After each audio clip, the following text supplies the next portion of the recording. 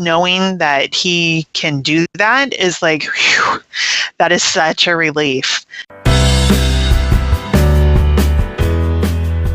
You are listening to the Alzheimer's Podcast with Mike Good of Togetherness, your number one resource for practical tips and insights, empowering you and your family to live well with Alzheimer's.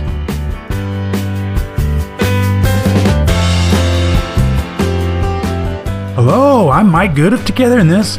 Welcome to episode 55 of the Alzheimer's Podcast, your number one source for practical tips and insights. My goal is always to empower you and your family to maintain a positive experience, reduce and eliminate the need for medications, and make your time together with those you care for the best it can be. Caring for a loved one with a debilitating disease such as Alzheimer's disease is an extremely difficult situation. But when you can't easily jump in a car and put eyes on them to ensure their well-being, it goes to a whole other level of complexity. As a long-distance caregiver herself, Christy Turner, the Dementia Sherpa, can empathize with others who are also caring for a loved one from afar. Christy, I'm one of these people that have moved more than 3,000 miles away from my family, and I often wonder at, some time in my life if I'm going to become a long-distance caregiver, and that raises a lot of concern in me for some reason. Yeah. And I believe you have been a long-distance caregiver as well. Yes. It's hard. Yeah, I can hear it in your voice. I don't hear that tone in your voice very often. So would you like to just give a little background to our audience about your experience with long-distance caregiving? Sure. So I actually had moved to Oregon years ago, 1994, and then situation cropped up where my dad had chronic health problems and my grandma had Alzheimer's disease and my grandpa had Parkinson's disease with dementia. And then another grandmother was diagnosed with vascular dementia, and another grandmother was diagnosed with Alzheimer's disease. Wow. And this all happened kind of like bing, bang, boom, bomb. And so I moved back to California because it was tough. And it's like, and I do say this a lot of times about dementia, but it can feel like juggling chainsaws. It is mentally and emotionally exhausting, and trying to keep track of this, that, and the other. And then, of course, in my case, being a granddaughter, trying to support parents and aunties as well, and helping them know kind of what's next, or yeah, that makes sense that the doctor said that, or, Christy, what question should I ask at the doctor's office? That kind of thing. And so it was a smidge more convenient to be in California. So I ended up being back in California for 5 years. And now, so that was 7 years ago. So now I'm back in Oregon. Been back in Oregon for 7 years. All of those grandparents I mentioned have passed. My dad passed. And my mom has been showing signs of Alzheimer's disease. And she is still in California. And there's some tricky family dynamics. And it's really hard. And so my heart goes out to everyone who's in this position, because I think, when there's such a difference in feeling when that person comes to your mind and you're concerned about them, the difference between being able to just hop in your car and go lay eyes on them yourself and reassure yourself that everything's okay, or if it isn't okay, to say, gosh, I'm glad I listened to my intuition, and to fix whatever's going on. Whereas long distance, anybody who's a long distance caregiver, I think, can relate to the fact of making repeated phone calls and it going to voicemail, or then getting a confused call late at night or way early in the morning. And it's hard, even though there's technology now like Skype or Google Duo or FaceTime, where you could actually see one another, trying to explain that to somebody who's cognitively impaired or get that set up or find a reliable helper on the other end that can help facilitate and make that happen can be extremely challenging. And so when you're just talking on the phone, there's so much opportunity for misunderstanding and hurt feelings, and that you may be stuck in that before you even get to whatever the specific issue was that prompted the call in the first place. So it's really tough. I can hear it in your voice too, which I'm not used to. So I know that, and you're the Dementia Sherpa, you're the expert. And to hear you saying how hard it is really makes my heart go out to all our care partners, our listeners out there who are new at this and are struggling with how to get through this situation and do the best they can. Yeah, I think the ideal is, obviously, if it's at all possible, move your person near you, or you move near your person. That's the ideal. And we know how often in life the ideal actually happens, right? Not too often. So you want to look at, short of that, and of course there's a whole bunch of complication that would come with that, with a move on either side. So short of that, what can you do? And I think having a reliable network of people near your person is probably the key. So are there other people in your family or friends of the family that, have been connected for years and years that are able to check in on your person and stay in contact with you, and that you've been able to offer some education to about look for this or look for that, or they are able to let you know about kind of any red flags. So that's one thing that can give you some peace of mind. Another thing is there somebody in the family, like in my family, I have power of attorney for healthcare, and my brother has power of attorney for finances.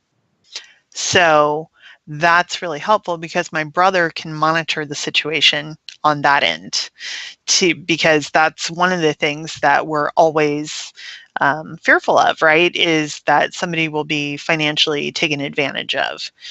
And so just knowing that he can do that is like, whew, that is such a relief. To not even need to worry about that. And that kind of leads me into the third thing, which is having more than one person involved. That's very ideal, right? So when you can split tasks, within the family. I know that that's not the case for everyone. I know some people are truly in it on their own.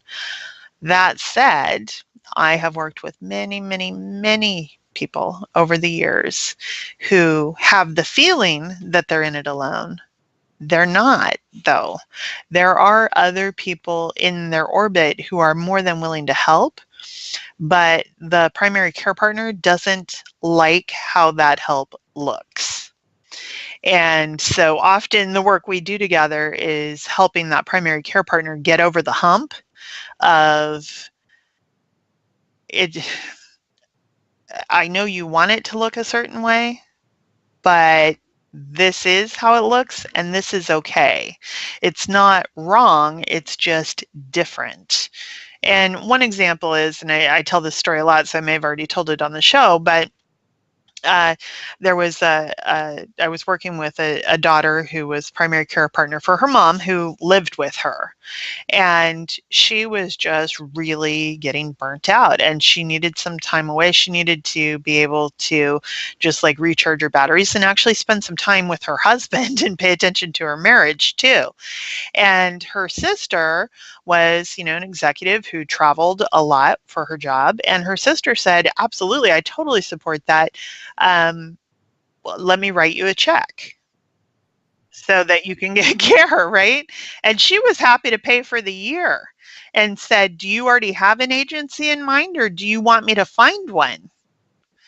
And the primary care partner sister just lost it. She was livid. Absolutely not. You need to do this. Well, that was completely unrealistic. That wasn't going to happen. This did not, the woman did not have a job that allowed for that to happen, number one.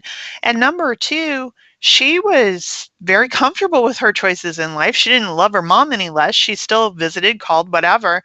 But she was not physically available. And she knew in her heart of hearts, she was not cut out to be a caregiver. She was great as a supportive, happy visitor, but not doing those nitty-gritty day-to-day tasks.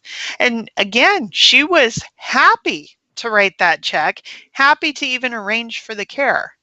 So this is what I mean about just because it looks different doesn't mean it's wrong. It's just different. So in this instance, what you're talking about is the primary care partner. The daughter was worried about how it looked in the eyes of other people, that they weren't caring for their mom properly or well enough.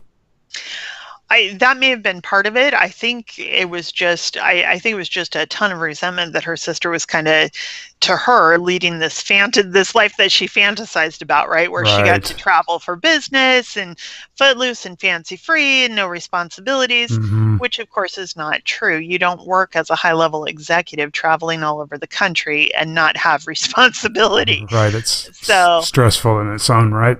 Exactly. So it was just that kind of a case of the grass is greener. Right. Okay. I see now. Yeah. So it's just important to kind of have a bigger perspective. And then when you are able to travel to be with your person, make some decisions before you do that. And what I mean by that is, do you want to spend 48 hours, 72 hours a week, whatever time it is that you have together?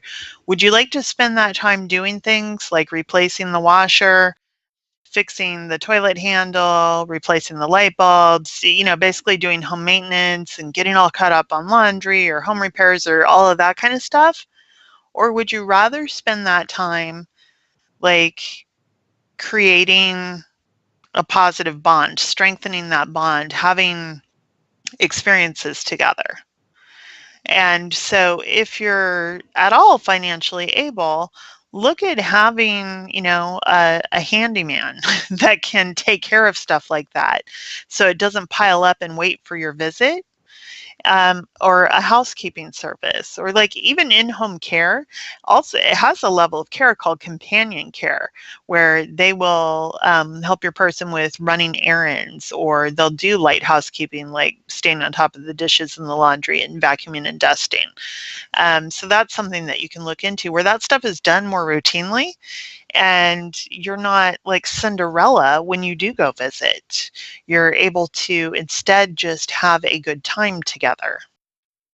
Yeah, I'm trying to picture myself and how the dynamic would work in my family if or when I have to go down this path myself. And I'm just wondering how, if my mom, and I have no reason to believe she will have dementia, but if she had some form of dementia, how receptive she would be to me coming out of the blue, because I don't visit home very often, and then trying to help. I'm doing air quotes, quotes again. And I'm just seeing that whole interaction not going very well because of me trying to insert myself into her life and change things that she's been doing comfortably or, for all of her life without my help. That is a great point. So this happened last October when I visited my mom, and I didn't even do anything. It was just this weird thing where I got up at I think it was like 4 o'clock in the morning, 3 o'clock in the morning, something like that, to use the bathroom. And my mom, who is not a morning person at all, chirped, "Good morning, sunshine," from behind me, coming out of her bedroom. And I was like, "Huh? What?" And I go, Have you been to bed, Mom? Because I thought maybe she stayed up, right? Right. And she's like, "Yeah, I'm raring to go." I was like, "But it's 3:30 in the morning." and she lost it. It was a blast inferno of rage coming at me. You haven't lived in this house in years. You don't know what I do. You have no idea. You mind your own business. And I mean, just, whew. Yeah, that's exactly what I was picturing. Yeah. That was tough. That was really, really hard. And, there is quite a big difference, right, between that understanding something intellectually and really feeling it emotionally. And I've worked with families for years and years and years where I've said, don't take the anger personally. It's not the anger, it's what's happening in their brain. Okay, well, my mom, people used to always say to me, like, oh my God, your mom is so nice, because she is.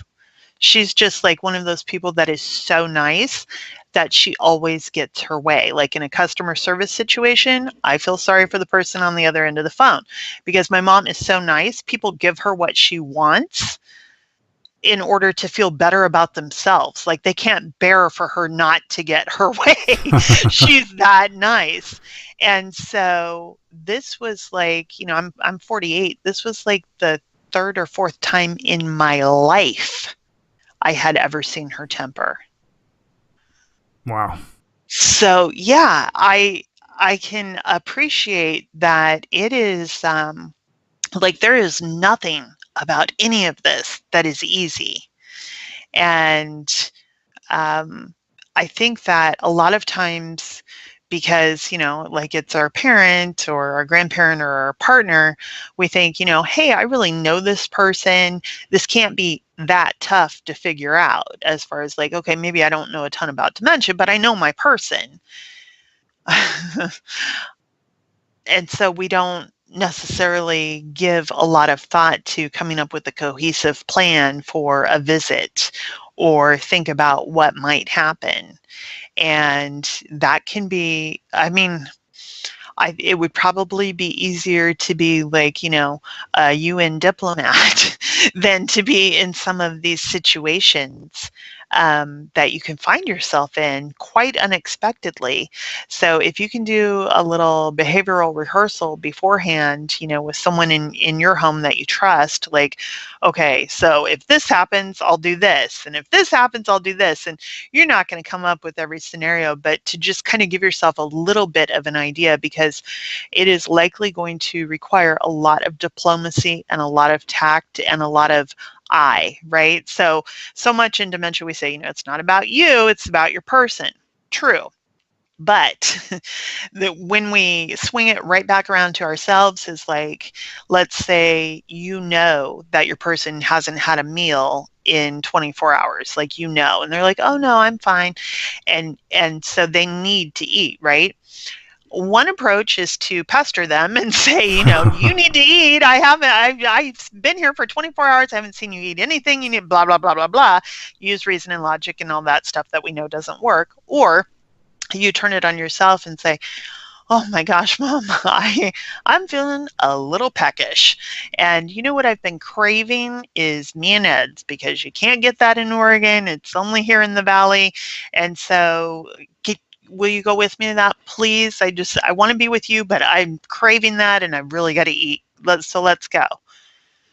That's how, you make it about you, knowing it's something she loves too, and you can get her on board and she's going to get there, and the smells and the sight of it and all of that kind of stuff. So in those situations, you're going to be more successful when you can make it about you and your needs, especially if it's a parent who typically, no matter what, is going to want to take care of their so-called baby, right? Right. What about the adult child that, let's say, doesn't visit home very often, but maybe they have visited recently, maybe they have no close family nearby their person, and they've noticed some signs that things aren't right, and they've left, and maybe they didn't leave on good terms with their loved one because maybe they got into an argument or something, but they get home and they're like, wow, I really want to do something, but I really don't have anyone there that can help me. Is there And is there an organization or someone they can reach out to maybe get some support in their loved one's community? Well, usually this is where people end up working with somebody like me, Okay. right? Because you're looking at a lot of issues. Right. And pulling together a lot of resources that you may not know exists or that hadn't occurred to you. But one thing I would definitely recommend in a situation like that where you think, yeah, there's something wrong here, intervention is going to be required. I kind of blew everything up with that argument we got into. What am I going to do? I would call an elder law attorney in your person's state, not yours, your person's state, because in the United States it can vary from state to state, right? So call an elder law attorney and do whatever you can. I mean, you need to have an appointment with that elder law attorney. Do it on Skype or Zoom or on the phone.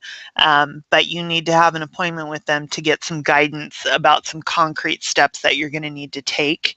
And think of this as you noticed a spark is smoldering very near the curtains. Right. This is putting that out before it engulfs the house. So, and it really is that serious. I have seen this time and time and time and time and time again. And this is one of those situations where if you stick your head in the sand, it's going to get so bad and so expensive. And the main thing there too, I mean, expensive, I mean, we don't just say, oh, money, who cares, right? But I'm talking about the potential danger your person could be in and the degree of emotional difficulty in trying to address the things that need to be addressed now, doing that down the road when the house is engulfed in flames. So in the scenario you described, which was perfect, Mike, call an elder law attorney in your person's state. I'm very surprised to hear you say to call an elder law attorney. That is not who I expected you to say. No. I did. I don't. What did you expect? I don't know that I had an expectation, but Okay. I think if I had, I wouldn't have put a lawyer in the top 2 or 3. But are they? Are they also going to possibly? I assume they can also help tell you a little bit more about the community and maybe some services that are available there too, because they're tied in with the community, right? Usually they are tied in with the community, but let's just get down to brass tacks. Here's why you're going to call an elder law attorney, because you realize your person needs help, right? Right. And okay, so let's say you call a home care agency and arrange for service and you've paid for a month in advance and they go to the door and say, I don't know you, I'm not letting you in. Exactly. Now what do you do? Because your person needs help, you have no legal authority because you haven't bothered to visit with an elder law attorney. You haven't had that appointment, right? Your person is living in squalor. The water's been cut off. The homeowners association is threatening eviction. Now what do you do? Mm-hmm. You don't have the authority to sell the condo. Okay. Because you haven't had that visit with an elder law attorney. Okay, now it's making sense to me. Okay. And it sounds like these are actual things you've seen. Are you hearing the voice of experience yes, here? Yes, I am. Yes. So you're not just making this up. This is real life things that do happen. That's why I always say that at this point in my career, the good news and the bad news is none of the stories are fake. Right. So, yeah, that's why you see an elder law attorney. Okay. Start there. Then they can guide you from there. And so and again, you know, these types of situations are often when people will start working with me. Kind of depends on what you're envisioning for your situation. So some people are very DIY. They're HGTV junkies and they like to, you know, do it themselves and which is fine. If you have the time to devote to that, to figuring out all the pieces on your own, then, and you're a DIYer, just know, the amount of time that it is going to take you, because Google will become your best friend.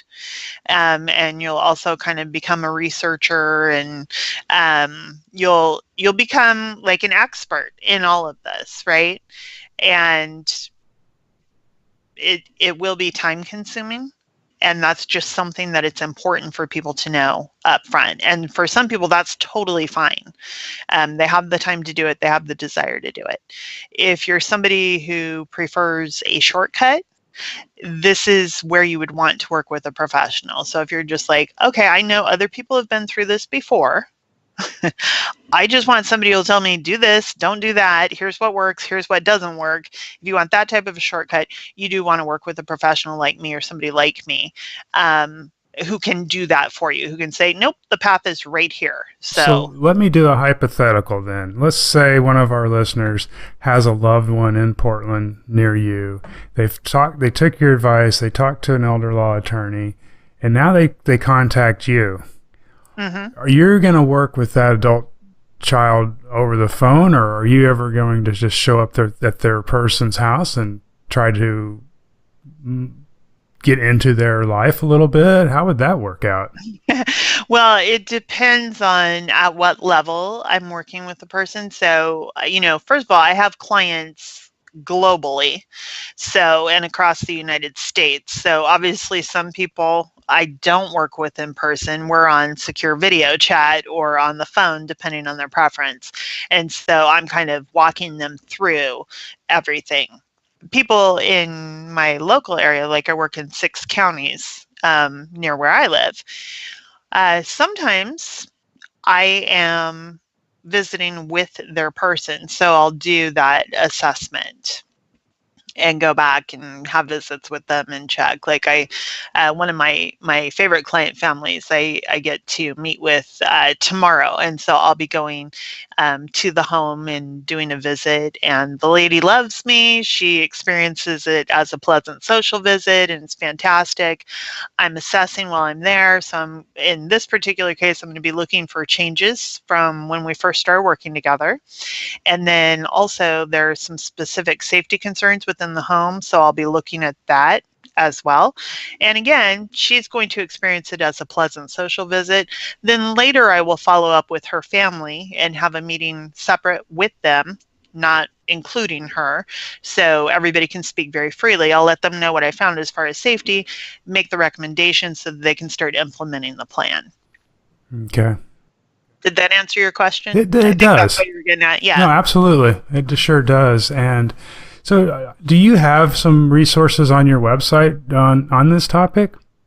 Yes, I do. I wrote a post about it, I think a couple of months ago. Okay. So we can definitely include that in the show notes. Okay, I'll definitely do that. And believe it or not, we're already coming up on the end of the 30 minutes. So holy cow. I know, always amazing. And the advice you're giving is extremely valuable. Do you have any other tidbits you want to share before we wrap up today's conversation? I just would like to say to any distance carers listening, I feel you. My heart goes out to you. Please remember that you're important too, and take care of yourself. All right. Well, Christy, I appreciate our conversation today, and I look forward to talking with you again next week. Me too. Bye now. All right. Bye-bye.